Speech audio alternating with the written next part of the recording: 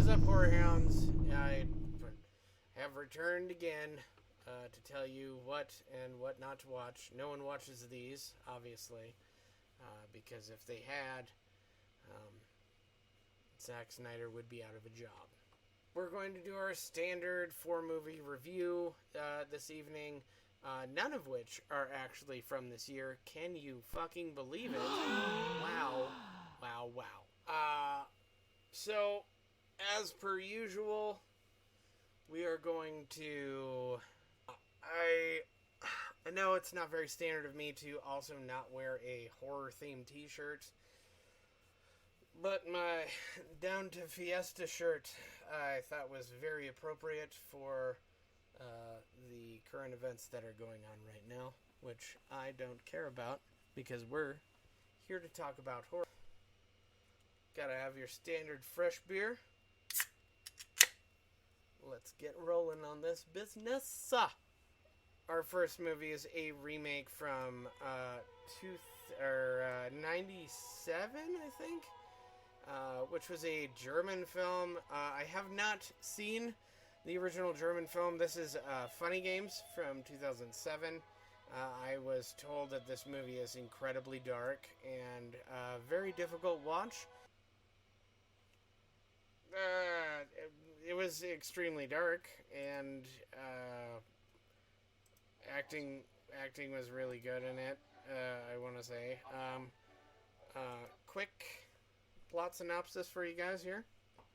This family goes out to their vacation home, and they encounter some locals, I guess, who have previously done like a really lot of just horrible shit. Family gets held hostage by these two extremely rich white kids. Yeah, just like a whole bunch of really dark shit happens. They hold them hostage and they make them play these games or whatever, are just tormenting the family and doing like a whole bunch of really awful shit to them. Naomi Watts is in this movie, which is great. Tim Roth also. Michael Pitt. If you guys like home invasion movies and that kind of feel to the whole thing, and holy shit, it gets pretty dark pretty quick. I mean, no spoilers or anything, but yikes. Funny Games, I can't compare it to the original because I haven't seen it yet. I haven't watched it. It is on the docket. Dark home invasion movie. Naomi Watts in her underwear for like half of it. That's about all I got for you guys, really. 50-50 for me. Wasn't as dark as I thought it was going to be, but if you guys like home invasion movies, maybe check this one out. Moving on to number 2, Vile from 2011. This movie was very Saw-like. There was a whole bunch of backstabbing and betrayal. This movie was pretty much just torture porn. So the premise of this movie is that the victims in the film are all there to harvest adrenochrome or adrenaline or however you want to say it, brain juice from their own bodies, and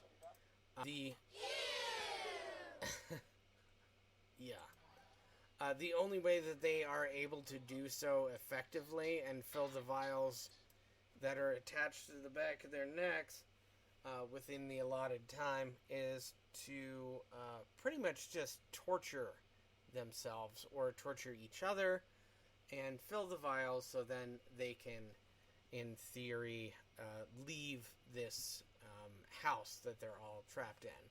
So there's all kinds of weapons that they can use to like beat each other up with or hurt themselves or again, like I said, this movie was kind of torture porn for everybody involved.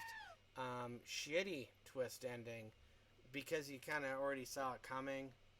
Like, really, really, you guys, come on. It was very Saw-like. There was a lot of that shit. Like lots of fingernail ripping off. Like hard pass, guys. Come on. Would I recommend Vile to anybody? I mean, I don't know. It was moderately entertaining. Ending was predictable. The gore, there was a fucking shitload of gore, and there is one bitch in there that you just want to like get get her. Just torture the shit out of her. Let her fill up her little vial and rip it out of the back of her neck and throw her out the window. It, meh. I don't know. It was okay. This came out right around the same time that Saw did. Or, one of the Saw movies did. I don't know if you guys want to check this out or not. I don't necessarily recommend it. There wasn't really a whole lot that I was pleased with. There wasn't really a whole lot that I was displeased with. So, again, this is 50-50. Heavy torture porn. Heavy. Moving on to number 3, Wildling from 2018.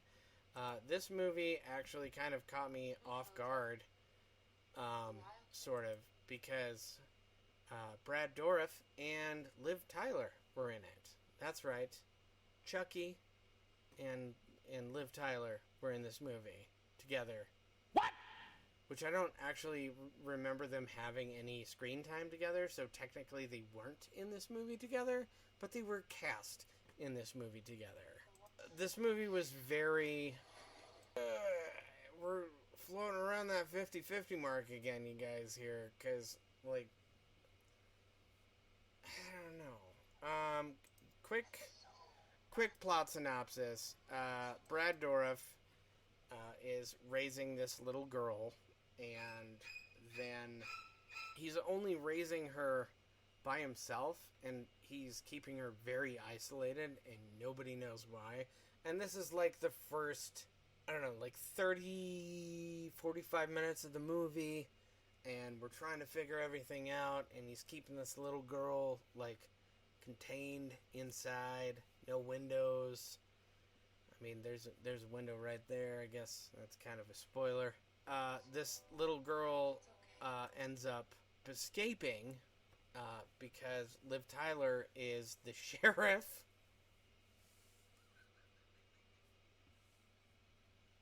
The most soft-spoken sheriff I've ever seen in my whole life.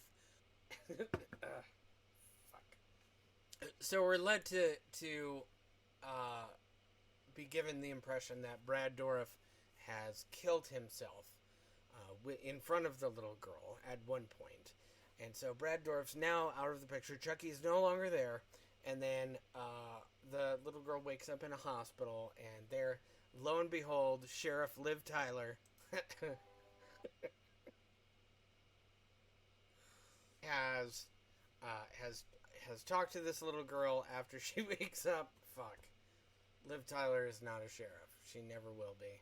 Doctors are doing a bunch of DNA testing, etc., etc. They find out that Brad Dourif actually wasn't her dad, and I'm not going to give any spoilers away because I'm not an asshole. The little girl, or the now teenage girl, I don't know what age she is at,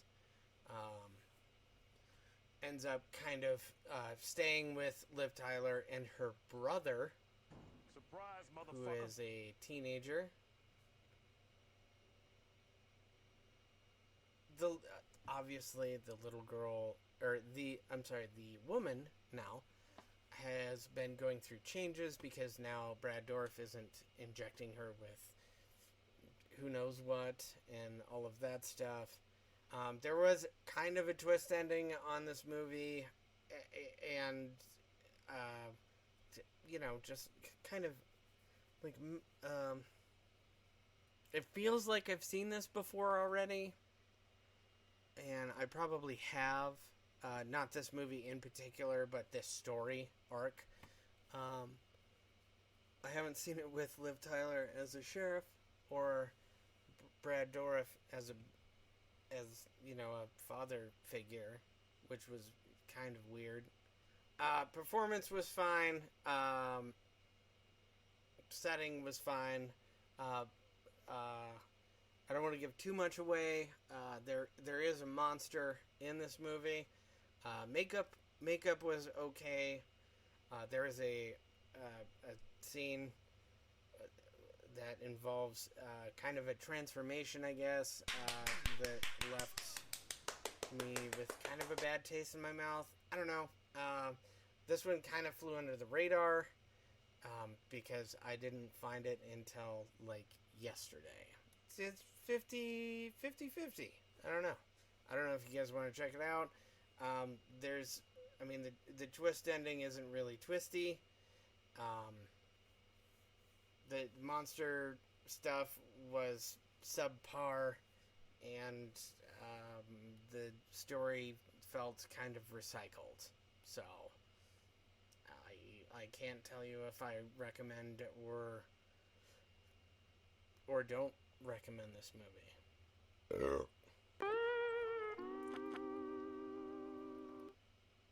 We are going to move on to number 4, Ruin Me from 2017. And this movie was... I feel like I've seen this movie before too. Not in particular this movie, but this exact plot synopsis. There is a twist ending to this movie that you pretty much saw coming. Super quick plot synopsis. There's this girl and her boyfriend, and they're going out to have a fun fake retreat in a horror movie setting. So it's slasher sleepaway or something Ringo. Like that. She's not a horror fan, but she used to do heroin all the time, I guess. And her boyfriend actually happens to be her doctor. Yeah, I don't know. So as I'm sure you can imagine, the slasher sleepaway all goes wrong, and people actually start dying, or do they? So things go horribly wrong, and people actually start dying. There is a twist in this movie that you saw coming about fucking, I don't know, half a continent away. This movie was unbelievably predictable. The acting in it was okay, surprisingly. because it was a Shudder original. Gotta love those Shudder movies, you guys. And this was all the way back from 2017, so I've got a backlog of bullshit from Shudder already. Would not recommend this movie. This is the only movie on the list tonight that did not get a 50-50 rating from me. So, no, not this. No, it is surprisingly predictable. It is surprisingly bad. And by surprising, I mean not even a little bit. That's it for me for tonight. I know I did promise you guys a review with Corey. We're probably gonna record one tomorrow or the day after. about all the stuff that we've watched. And I also know that I did promise you guys, like, the video that I will be reviewing the shit that I've seen that has fucking ruined my life more than anything else that I've ever seen. But you know what? The best part about all of this is that I'm doing it for no one, because nobody fucking watches these reviews. Coda, actually, last night watched Willy's Wonderland after my advisement to him and his friend to not go ahead and do that.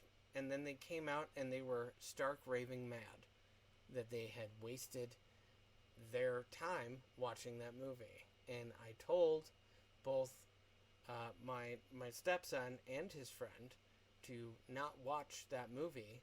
And then I told them to watch the review that I did a couple months back. I don't know if you guys remember it. Of course you don't, because I'm just talking to a camera. About the review that I did. And they didn't do that either. So, I mean, good times for everybody. Don't forget to like, share, and subscribe. All of that bullshit. It's probably floating around down there somewhere. If you happen to stumble across this video, and if you don't, that's okay too, because nobody watches these. Sorry, that sounded very aggressive. There's a lot of bullshit that's going on right now in my life, and I don't mean to take it out on all 3 people that watch these. Don't forget about my Instagram account, where I'm starting to post very frequently, more so than I do here, because gotta try and do something. Don't forget to hit the bell button right over there so you can watch another waste of your time horror review video just like this one next week, or tomorrow, or Thursday. Nobody knows. It will be either the most horrible shit that I've ever seen, or it'll be another fun video with me and my wonderfully talented wife.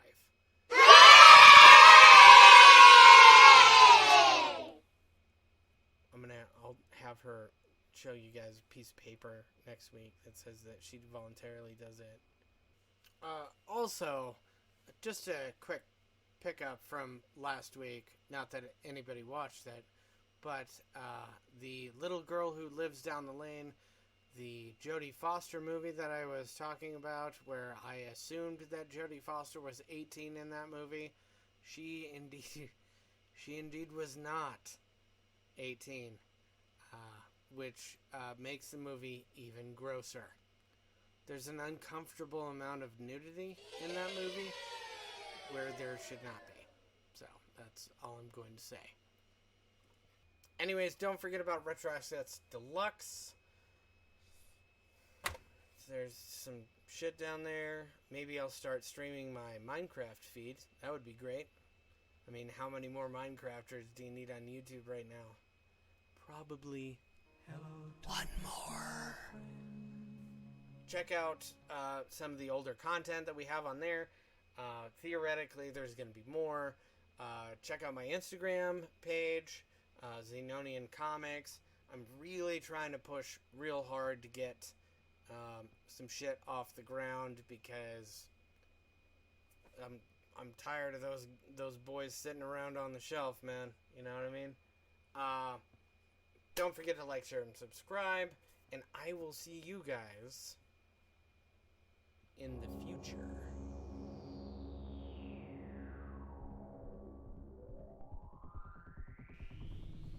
Hold that thought for a minute, because my dumbass didn't get... Oh my god, my pillow. I'm Mike Mandela, and that's my pillow. And it's falling off of my seat. Oh my god. For fuck's sake. Oh, it's a video from my brother. I'll have to look at that later.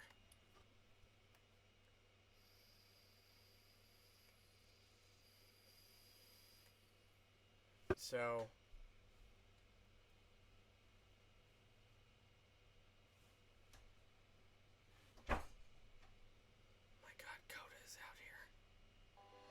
Did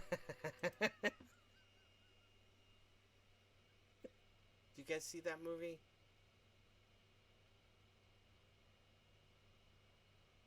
I feel like I'm giving away a lot more than I should be, and I apologize. So I'm probably just going to edit all of that shit out. You're trying to do a good thing, and you are shitting all over the horror genre, and it is infuriating. Please stop making movies. Because because that's what you're supposed to do in a YouTube video. So that's what I'm going to do right now.